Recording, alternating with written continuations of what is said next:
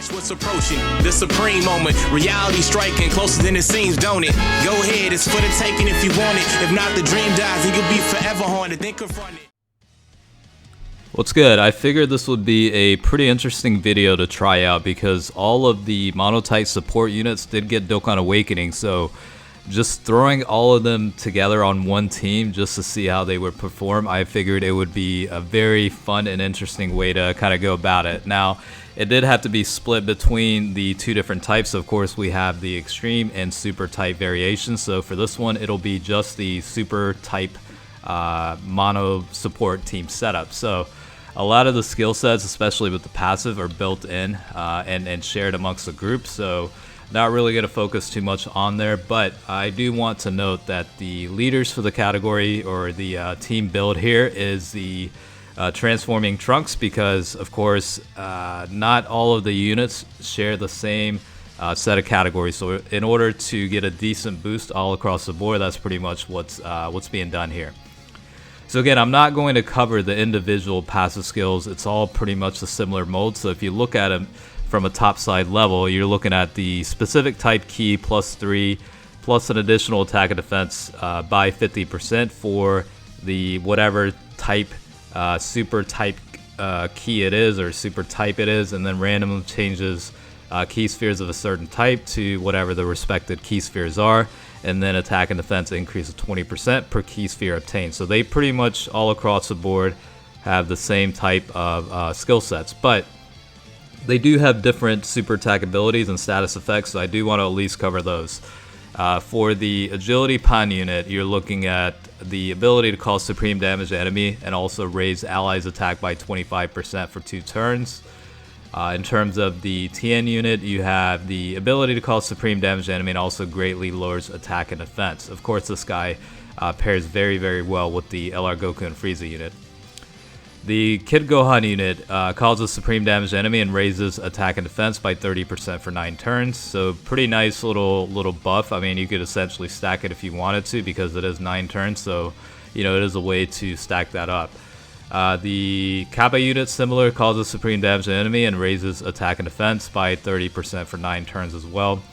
And finally, the Teen Gohan unit raises attack and causes supreme damage with a medium chance of stunning the enemy. Again, they're all different builds individually from a super attack standpoint, but the passive skill remains the same. It's just whatever type they are pretty much signifies the setup for them.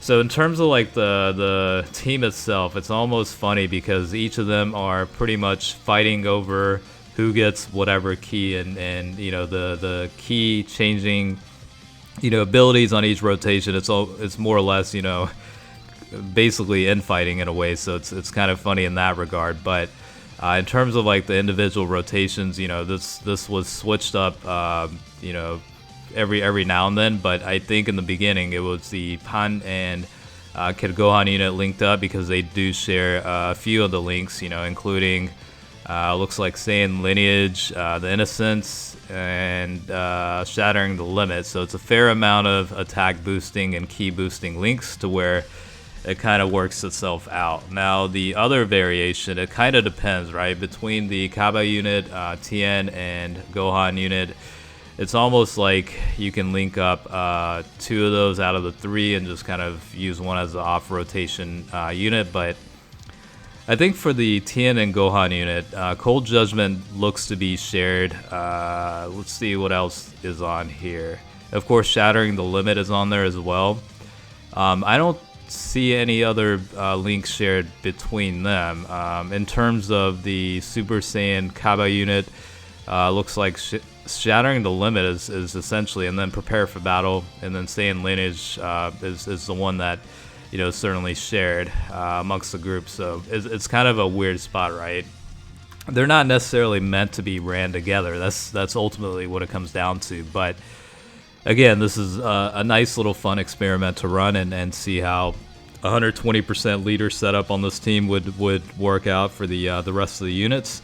Of course, like I said, this is split between super types and extreme types, so I will be running an extreme type variation of this and seeing how the team performs as well. And of course, you know, the list of those units are pretty much well known and documented. So I won't cover them until the next video comes up with that team being showcased. But again, ultimately the problem is some of the units on here do share categories together, but there's not one single category where it's shared amongst the group. So because of that dilemma, you pretty much have to run the best case scenario for a all super type lead, which in this case is the Transforming Super Saiyan Trunks. Of course, it's the Future Saga category lead, but the secondary lead is the super types for 120%. So that's pretty much at this point the best you'll get.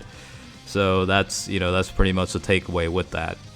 Individually, defensively, they're actually proving to be very good.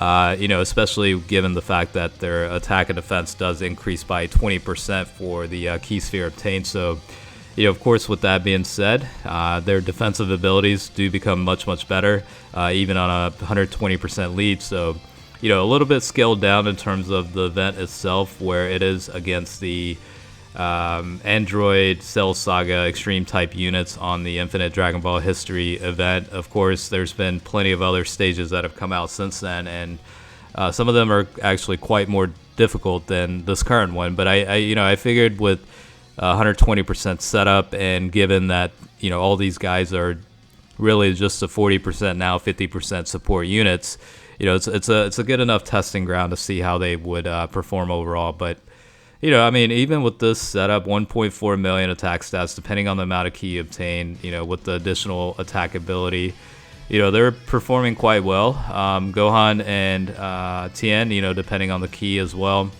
it really does depend on how much of a boost they're getting toward attack and defense. But it does work out pretty decent to where at least 2 out of the 3 units are able to get a decent amount of orbs for the most part. So in that regard, it does kind of signify that it's a capable team. It's obviously not optimized and the most efficient by any means, but it certainly does work. And it's a fun little thing to try out. From an individual standpoint, of course for Pan, the GT Pan, for example, obviously a very, very good boost toward the super agility types, and the fact that she has GT and stuff like that, of course, is good for some of the GT units, like the agility Super Saiyan 4 Goku, LR Super Saiyan 4 Goku obviously benefits greatly from this type of support. But even expanding on top of that, there are various units that could benefit from this. And I think the fact that they made a 20% attack and defense boost for key sphere obtained for every key sphere obtained, that makes them a little bit more of a viable option to actually include them on a team, on a more relevant team. So in that regard, it definitely does provide a lot of benefits. Not only are they providing the entire team a key boost and attack and defense increase of 50%, but you've got also the ability to randomly change key spheres of a certain type. If you don't if you don't plan on using it themselves, they could assign it to whatever, LR or Yuta that benefits from obtaining more key spheres, and whatever remains, they can benefit from that, with the extra 20% in attack and defense. So a lot of different ways to use them. I think it does signify that these guys are very, very relevant to the current state of Dokkan battles. So a lot of beneficial values. Again, each of these units do benefit a certain type and certain list of characters. So, it's quite interesting how all this works out. Yeah, they're all phenomenal units in their own regard, and of course, with the super attack abilities, they have their unique skill sets ranging from providing a boost to allies based on super attack. You've got the ability to raise defense. What was it, attack and defense, or just defense? I think it was, attack and defense by 30% for 9 turns, like the Kaba unit and Kid Gohan. Or you have the ability to, medium chance to stun the enemy like Gohan does. So, again, a lot of different types of abilities. The thing interesting about the Teen Gohan unit is he actually does have the ability to stack attack as well. So, not only can this guy have, a medium chance of stunning the enemy, but he's also got the Kaioken mechanic, plus he's an orb changer, and has a nuking passive. It's actually quite interesting. So a lot of good takeaways from that. Now the extreme type variation is also going to be pretty interesting in my opinion, because it's a different build, and of course the different units. It's actually quite interesting to see how they would potentially link up together. But that's definitely coming, and within the next day or so. So certainly stay tuned for that. I think it'll be kind of a nice little comparison point to the super type variation. So again, pretty much going with the same situation with that one, where it's the extreme type 120% lead, because unfortunately there isn't one single one category that single-handedly will house all the units that fall into the extreme monotype support. So it's a little bit scaled down like this one, but even with that being said, these guys are performing at pretty good levels, especially once they obtain a lot of key spheres. You're consistently looking at 1.3, 1.4 million in attack stats, and these guys are pretty much known for their supporting ability. So now that they have their passives with the nuking and orb changing, they become offensively and defensively very, very good. So in summary, this is pretty much how these guys did on one single team with the Transforming Trunks as leaders. Of course, that's 120% lead, so a little bit scaled down. But with that being said, hopefully you guys enjoyed the little experiment or testing of a team like this, and definitely stay tuned for the extreme variation of it, which will be coming up pretty soon. All right, so as always, thanks for watching, and I will catch you guys later.